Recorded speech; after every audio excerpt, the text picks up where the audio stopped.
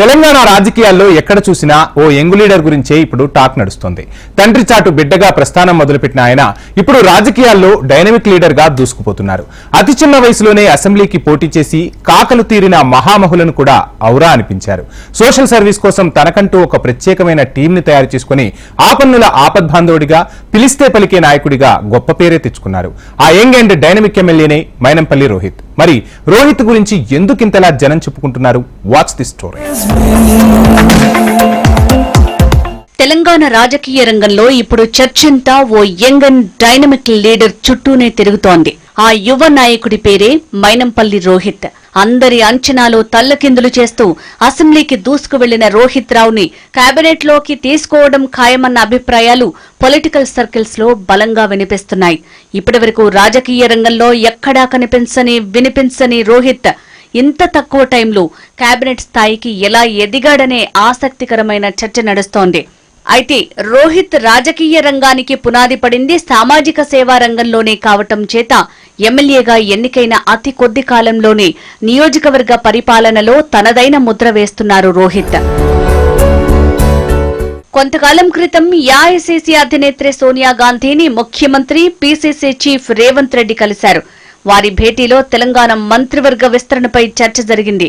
Cabinet లో ఎవరికి చోటివ్వాలనే విషయంలో సోనియా గాంధీ ముందు రేవంత్ పలు ప్రపోజల్స్ పెట్టినట్లు విశ్వసనీయ సమాచారం.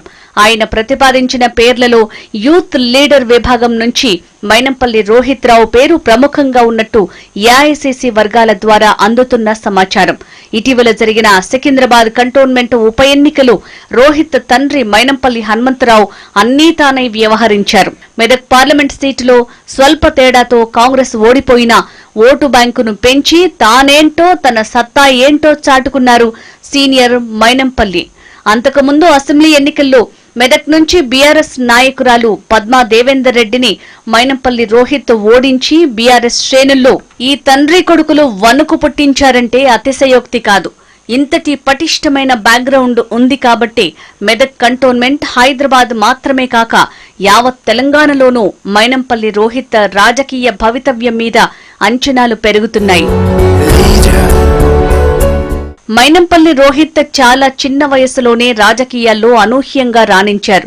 తక్కువ వయసులోనే రోగుల నాడి తెలుసుకోవటంలో పర్ఫెక్షన్ సాధించారు.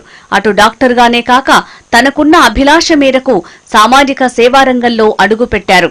Mynampally social service organization MSSO ద్వారా చాలా కాలం క్రితమే పేద ప్రజలకు చేరువయ్యారు. ఎంఎస్ఎస్ఓ ద్వారా పేద విద్యార్థులకు, అనాథ పిల్లల భవిష్యత్తు కోసం భరోసా ఇచ్చేందుకు కృషి చేస్తున్నారు. మెదక్ నియోజకవర్గంలో నెలకొల్పిన ఈ సంస్థ ద్వారా తల్లిదండ్రులు లేని అనాథ పిల్లలకు ఒక్కొక్కరికి 25,000 రూపాయల చొప్పున ఫిక్స్డ్ డిపాజిట్ చేస్తున్నారు. వారి చదువుల కోసం ఎవరి మీద ఆధారపడకుండా, ఒకరి కోసం ఎదురు చూడకుండా ఎంతో బాధ్యతాయుతంగా వ్యవహరిస్తున్నారు రోహిత్. ఆ విధంగా చాలా ముందు నుంచే సొసైటీ మీద తనకంటూ ఓ అభిప్రాయం ఏర్పరచుకున్నారు రోహిత్. అదే ఆయనకు సమాజ సేవ విషయంలో మడమ తిప్పని నాయకుడిగా మలిచిందంటారు ఆయన గురించి తెలిసిన వారు. అచ్చమైన హైదరాబాదీ అయిన రోహిత్ ఎంబీబీఎస్ పూర్తి చేసి అప్పటి గవర్నర్ తమిళిసై సౌందరరాజన్ చేతుల మీదుగా 2 గోల్డ్ మెడల్స్ అందుకోవటం ఓ విశేషం. అయితే స్టెథోస్కోప్ చేతపడితే ఒక్క రోగి వరకు న్యాయం చేయగలమేమో కానీ ప్రజాసేవ చేస్తే యావత్ సమాజానికే మెరుగైన దారి చూపించొచ్చన్న ఆలోచన కలిగిందంటారు రోహిత్ ని గురించి బాగా తెలిసిన వారు. ఈ క్రమంలో ఎంఎస్ఎస్ఓ ద్వారా సామాజిక స్వచ్ఛంద సేవలో దూసుకుపోతున్నారు. పేదలకు తిండి గ్రాసం అందిస్తున్నారు. భోజనాలు ఏర్పాటు చేస్తున్నారు.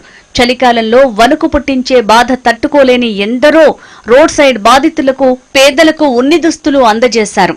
ఆ విధంగా రోహిత్ ఎమ్మెల్యేగా ఎన్నికయ్యే నాటికే సామాజిక సేవా రంగంలో దూసుకుపోతున్నారు. దానికి కొనసాగింపుగానే ఆయన ఎమ్మెల్యేగా గెలవటం, నియోజకవర్గ అభివృద్ధి కోసం తనదైన మార్కు సూచనలు చేయటం, అధికారులకు తగిన ఆదేశాలు జారీ చేయటం వంటి అంశాలతో రోహిత్ సెంటర్ ఆఫ్ అట్రాక్షన్ గా నిలిచారు. ఇలాంటి అనేక బాధ్యతాయుత కార్యక్రమాలే రోహిత్ పేరును ఢిల్లీ దాకా వినిపించేలా చేస్తుందంటున్నారు రోహిత్ ఫాలోయర్లు. ఎన్నికల సీజన్ ముగియటంతో ముఖ్యమంత్రి రేవంత్ రెడ్డి పరిపాలనపై దృష్టి కేంద్రీకరించారు. మరోవైపు ఆశావహులైన కాంగ్రెస్ నేతలంతా ఎప్పుడెప్పుడా అని ఎదురు చూస్తున్న మంత్రివర్గ విస్తరణపై రేవంత్ రెడ్డి ఫోకస్ పెట్టినట్లు విశ్వసనీయ సమాచారం. మంత్రివర్గ విస్తరణలో మరో 6గురికి అవకాశం ఉందన్న టాక్ నడుస్తోంది.